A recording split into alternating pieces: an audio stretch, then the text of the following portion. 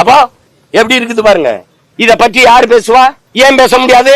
இதை எதிர்த்து எவன் கொடுத்தாலும் அவன்கிட்டே போய் 2 சீட்டு 3 சீட்டுக்கு அவன் கூட்டணி வைக்கும் போது அந்த குரல் வலை நெரிக்கப்படுது. ஏன் என்ன மாதிரி பேச முடியல?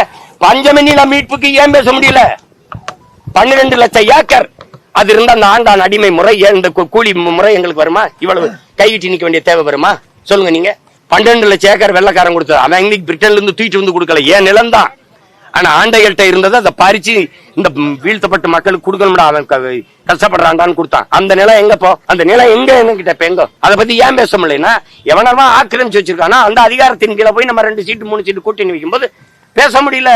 சரி, மேல்பாதி மங்கலத்துல கோயில் நுழைவுக்கு நான் தானே உள்ள கூட்டிட்டு போறேன்னு நீங்க ஏன் பேச முடியல? இதுவரை வேங்கவே இல்லை, என்ன முடிவு வந்திருக்கு? இதுவரை என்ன வந்திருக்கு? எதை பற்றி உங்களால பேச முடியுது? சொல்லுங்க தம்பி. எல்லாத்தையும் விட்டுட்டு கூட்டணி வச்சு நீங்க சாதிக்க போறது என்ன தம்பி? வென்று உள்ள போய் போன பெருமக்கள் பேசியது ஒண்ணு சொல்லுங்க. மக்கள் பிரச்சனையை இந்த நாடாளுமன்றம் சட்டமன்றத்திற்குள்ள கூட்டணி வைத்து போய் பேசிய பெருமக்கள் ஒன்றே ஒன்று சொல்லுங்க. ஒன்று தமிழ்ல குடமுழுக்கு திருச்செந்தூர்லன்னா போய் நானும் என் அப்பன் மணியரசன் நின்று போராடி செய்ய வேண்டியதுக்கு அது வேண்டாவிருப்பா செய்யறான். தமிழிலும் குடமுழுக்கு வந்த பிறகு கும்பாபிஷேகம் மாதிரி குடமுழுக்காகுது, நன்னீராட்டாகுது. அது நாங்க கத்துனோன்னா நன்னீராட்டாகுது. நன்னீராட்டுன்னு ஒரு சொல்ல இவதான் கத்துக்கிறான். என்ன கொடுமை இது தமிழிலும். ஏன்னா ஆப்பிரிக்கா, அமெரிக்கால, ஆஸ்திரேலியா, பிரான்ஸ்ல கேட்ட மாதிரி கால கொடுமை.